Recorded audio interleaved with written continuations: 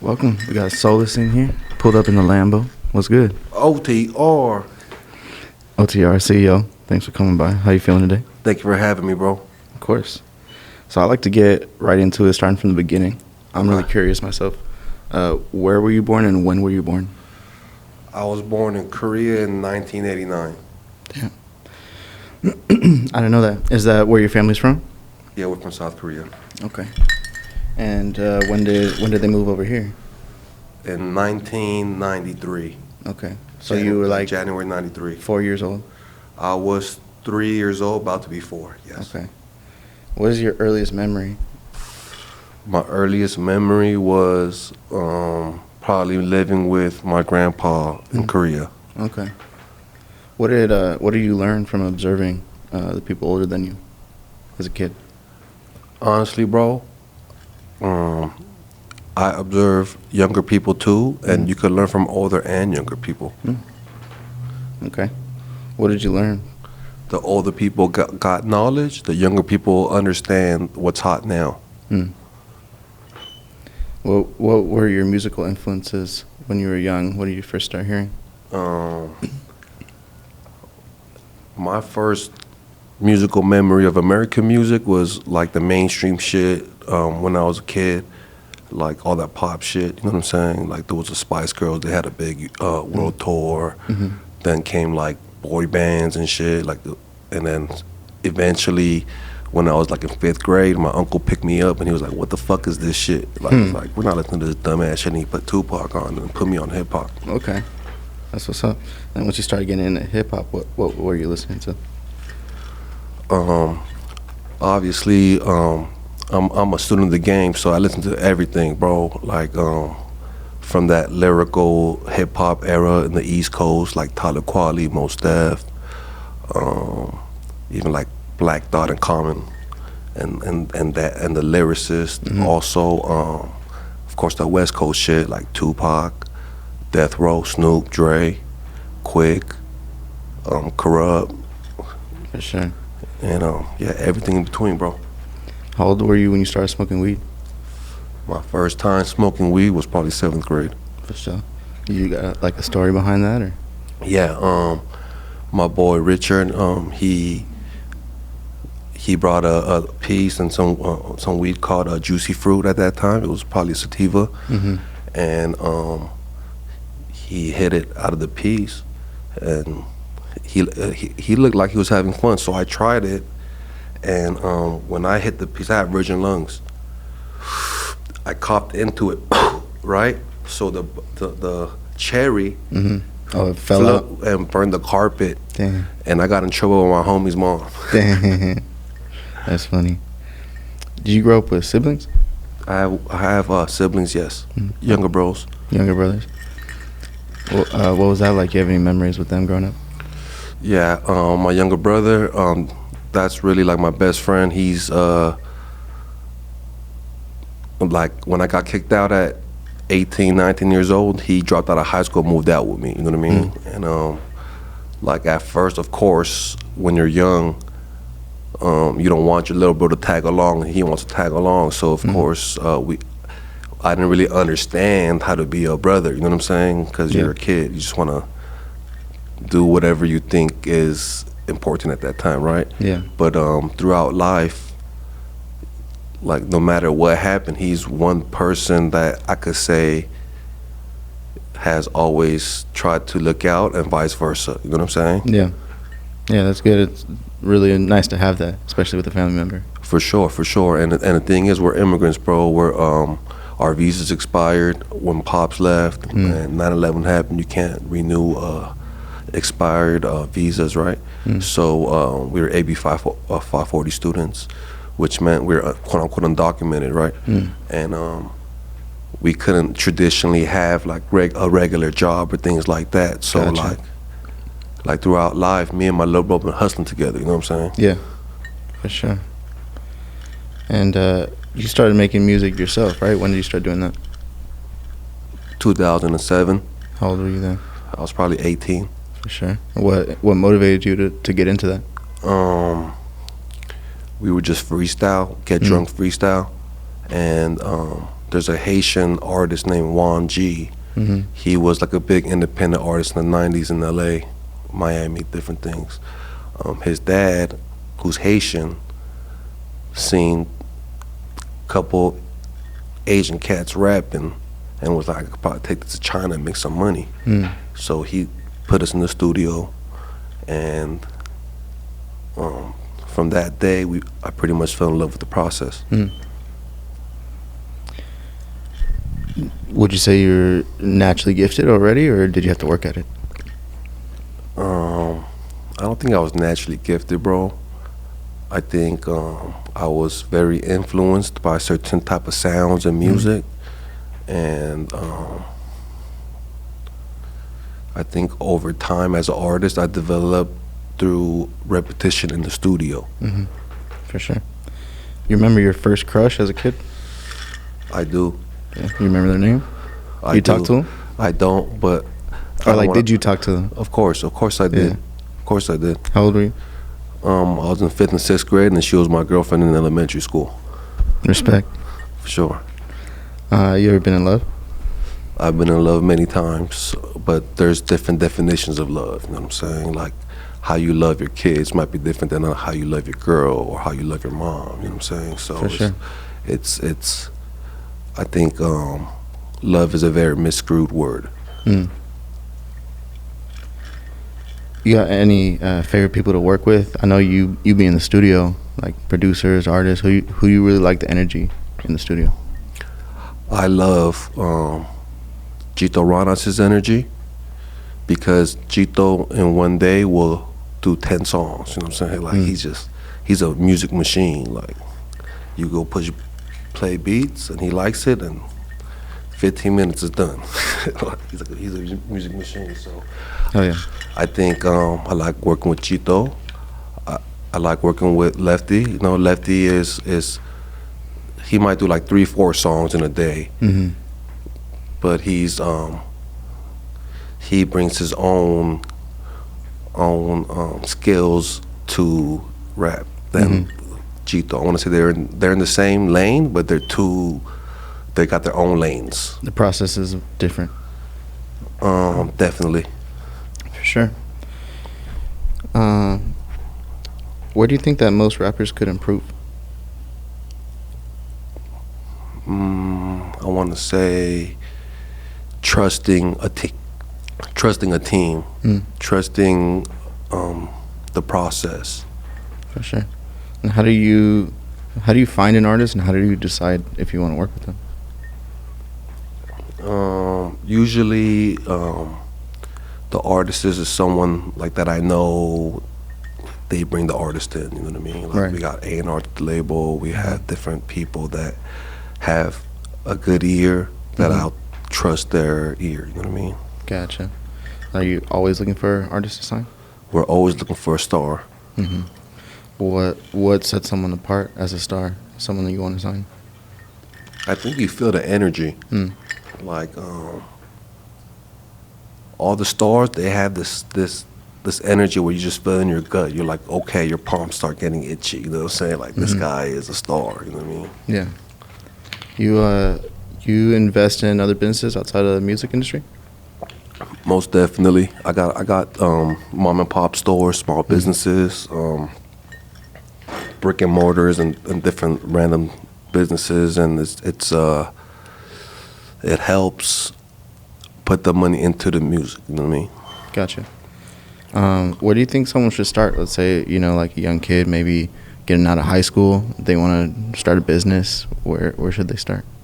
Start today. Just start. Just start. Yeah, I feel that for sure. Yeah. You learn through trying things. Exactly. And now you got YouTube, so. Facts. What's the biggest lesson that you've learned from being in the music industry? The biggest lesson. Don't put so much of your emotion into it. Yeah, I feel you. Keep it business. Yes, keep it business, but it's we're human, so it's like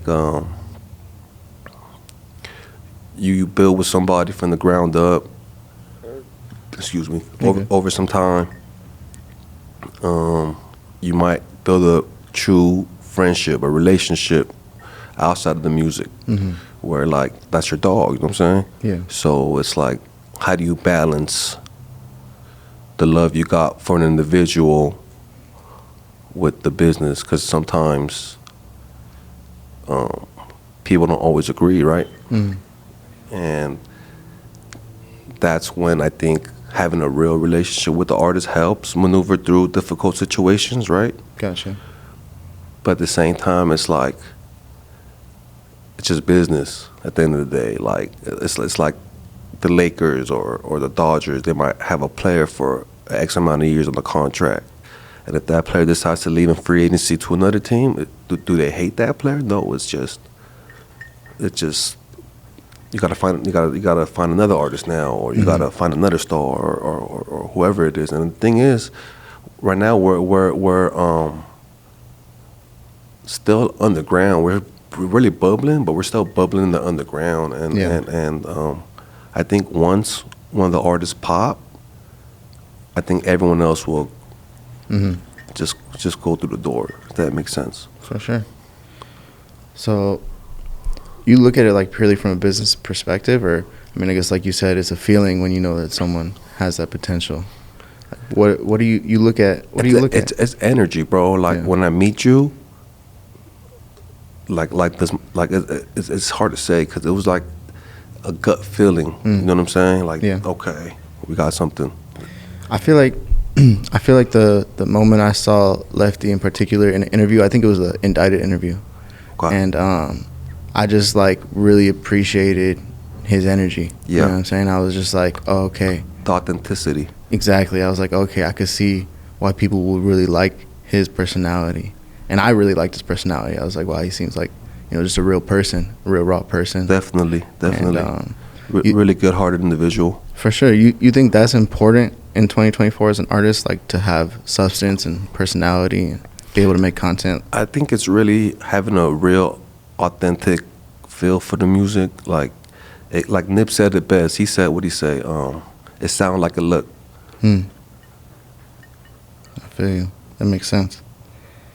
What do you want to accomplish in life? A lot of things, man.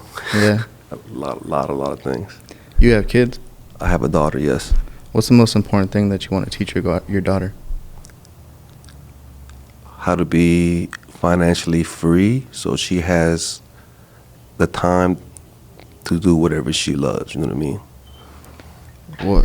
What do you do to ensure that? Like, you set stuff up for her, you plan to like just encourage her to do what she wants, or you gonna want her to do what you want? You know what I mean? Well, we're doing a little bit of everything. Like she's still very young, but I'm looking into like trust and like different things, and like different accounts where like it has the S&P as the floor. So whatever you buy into, it can never be lost money. But if you leave it for like 10, 15, 20 years, right, it compounds with interest and the exponential growth. You know what I mean? Right. For sure. So looking at different things, but at the same time, it's really whatever her passion is. If she wants to be a rocket scientist, great. You know what I'm saying? We're gonna do some rocket scientist shit. You know, whatever. If she wants to be an athlete, we're gonna do that. It's really what her heart is into. You know what I mean? Absolutely. Respect. If you could give advice to your younger self, say like 13 years old, what would you tell yourself? Keep going.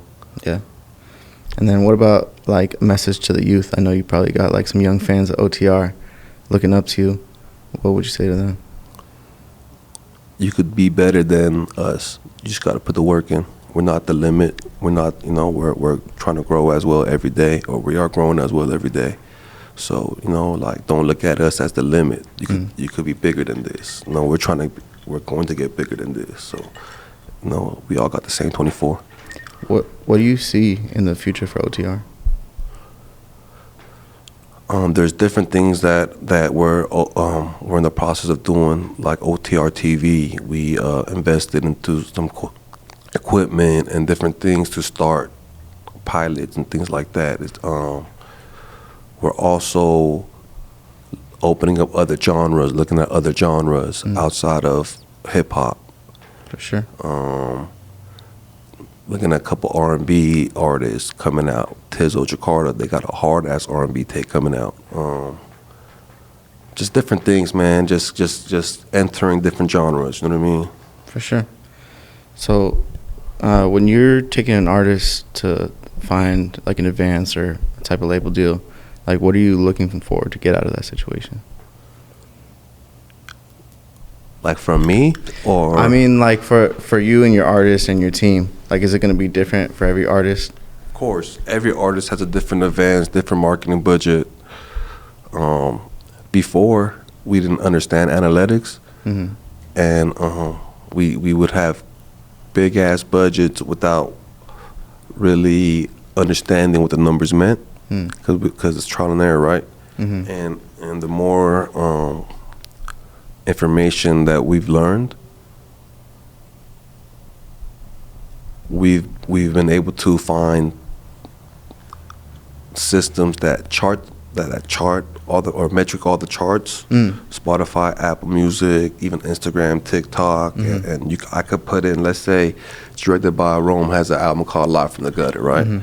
And you're like, sign me, bro. I'm the hottest shit in the street. Sign me. I'm the next one. Trust me. I get 100 of those every day, right? Yeah. I'm gonna put Directed by Rome. Yeah.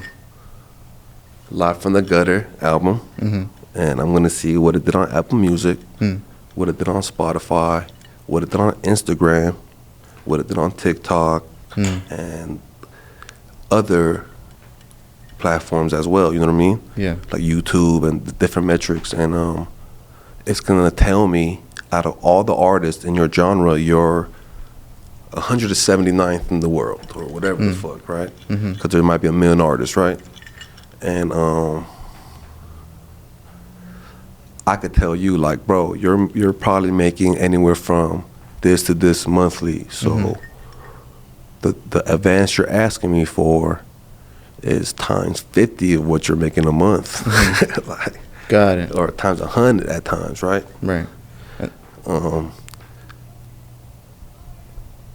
that can help you make sure that you're not getting a bad deal as well, right? By looking at. Exactly, because before I don't think we ever got any bad deals. I just think when we were earlier in the building stage of our company, we would spend more to get our name out there, if that makes sense. What type of spending were you doing, like social media ads, or? Really travel, different things, man. Visuals, like before we would do the running guns, like with Pac-Man the Gunman, we would have like 15 people, set shoots every video, big shoots, and things like that. You know what I'm saying? So it was props. It was a learning experience, like hiring the biggest publicists in the world and paying them a ridiculous amount every month to get on TV or different things, right? And just learn the game, bro. For sure. So you learned a lot. You took a lot of losses in the beginning, is what I don't want to say losses at all, because like someone like Pac-Man the Gunman, I love Pac-Man the Gunman, because without Pac-Man the Gunman, a lot of doors wouldn't have opened. You understand what I'm saying? Like our partnership with Pac brought in the branding of Play Ball and All Money In. So it opened up access to radio doors, major studios, major labels, at least early conversations, right? And honestly, like Pac got songs with Future and many big artists that haven't come out.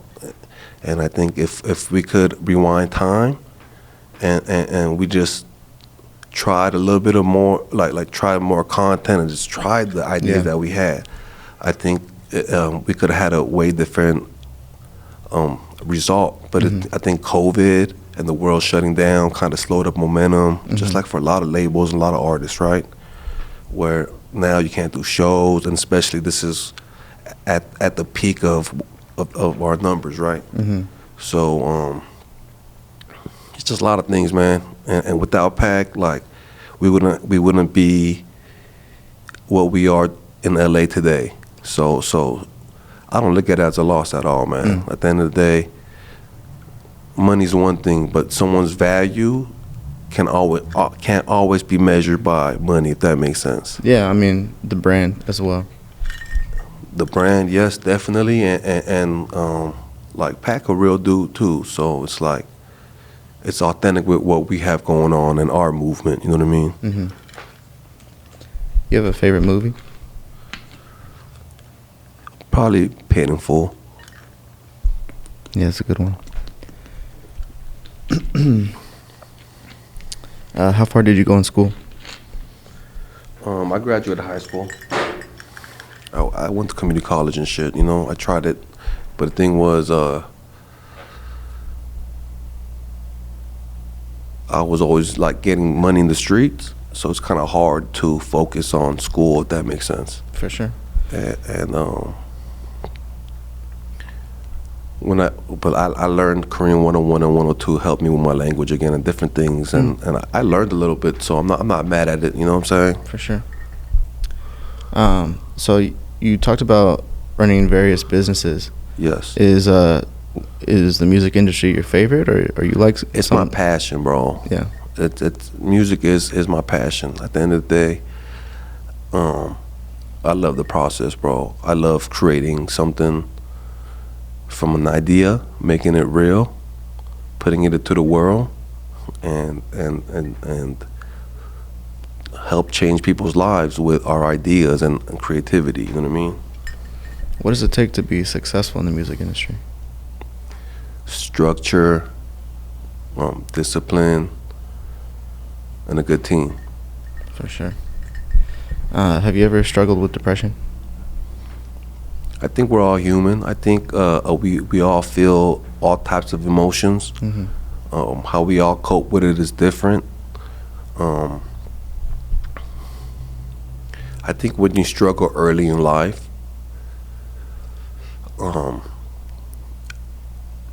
different pains and different numb feelings,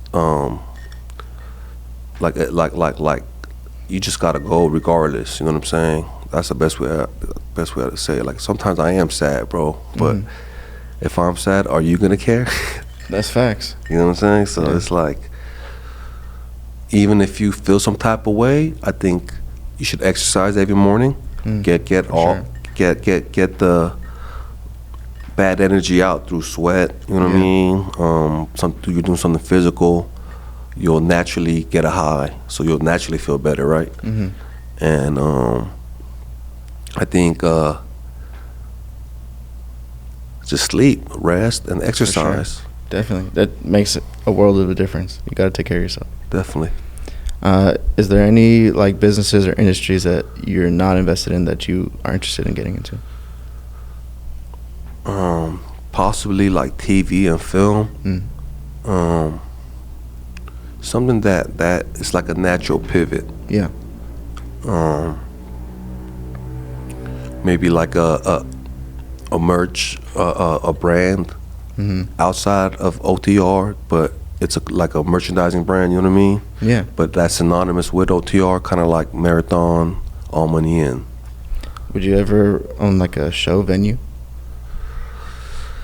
I think Live Nation owns all the show venues, if I'm not mistaken. For sure.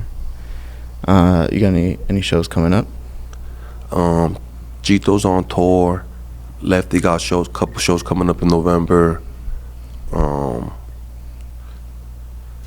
I think we got couple. I think Jito and Lefty got multiple shows coming up actually. So, you mentioned Chito and Lefty. They're both like pretty big artists, in my opinion. That's Shaq and Kobe for us. Shaq and Kobe, hell yeah. They're doing their thing. What do you, at the point that they're at, like what type of behavior or content or like steps forward are you looking to do to help them grow at this point? Just keep doing what they're doing, or? I think just keep doing what we're doing, but with bigger like cross-marketing platforms and things like that. Like we're working behind the scenes with a couple of national platforms and even international platforms. And as we continue to grow organically here, it'll be easier to access those for everything else after it. You know what I mean? For sure. Do you guys look into like getting collaborations from artists that will help them grow as well, or No, definitely. We have a lot of collaborations. Like today, we just dropped Lefty and Jeremiah. We have many features in the vault. It's just timing of the releases. You know what I mean? How do you know when it's the right time to release something? I have a great team. How do you find great business partners and great team members? How do you keep them? I think if you're winning, everyone wants to win, right? So as long as you're winning, I think you attract top talent, right? And in Los Angeles, there's not too many independent movements that are ran and structured like how a major record label is structured. Like no other independent label has A&Rs for their artists and different things that that we produce, because we know how the majors are ran. So we're structuring our business model almost the same in a sense, but with better terms for the artist, if that makes sense. How did you learn? Just by observing the bigger labels? I think at first having weak contracts and having artists to like just one take deals, and then they could go to a bigger situation right after. You know what I'm saying? So you could help with one small part of the career, one take, one rollout, and from there they have a bigger platform where they could go to a bigger situation. Got it. Cool. Thank you for coming. That's all I got for today. You want to leave them with any promo or any last words? We appreciate the fans. Without y'all, none of this is possible. Thank you for your support. Please keep supporting what we're doing. We have a lot of dope artists coming out. We have Top Rank Gang. We have Pete Drizzle. We have Blanco 15. We have Rhythms. Team Money. And we have a lot of artists, man. Shadow Dub. I'm trying to think, man. Bozo. You got a situation with the Peso? We have a tape with Peso and Mr. Keep It Hood, and we have Hard. couple singles with Peso and other artists. I just don't want to talk about it yet because we got clearances and different things that we're working on. For sure, that's exciting, man. Shout out to Peso and Mr. Keep It Hood. They're both talented. We have to Keep It Hood. Hood got a hard ass tape, man. He got Burner on his upcoming tape. Peso. He got a hard ass tape coming up. Sal Treasy, Matt Briggs, Beat Boy, Ty Beats. Who else we got? Rosecrans Vic, Neil, Siphon, Shooters on Go, Kathy G, my wife. Hell yeah. Yeah. What does Neil do for you guys? He is the GM of OTR. He was the GM of Our Generation Music and is still behind the scenes with them. What is that? Is that a label? That is it's like a big music platform. It's like a digital VH1 or digital MTV. Okay. All right. I got just one more question, actually. Okay. So, like, let's say I wanted to start distributing Life from the Gutter as an artist. Yes. How would you recommend I go about doing that? I say you first go to the studio, record as many songs as you can, pick out the best songs, shoot videos to your singles. Once you have everything planned out, then you start working on cover art and releases and free game to all independent artists out there. If you guys want to get in the algorithm, drop all your songs as singles. If you drop all your songs as singles, you're giving yourself more shots at the rim to land on an editorial. For sure. And if you were to drop an album, right, that like kind of goes on your record, like those sales. You will drop an album, but it'll be like, let's say, how many songs are you gonna have on Live from the Gutter album? Let's say 8. Okay, 8.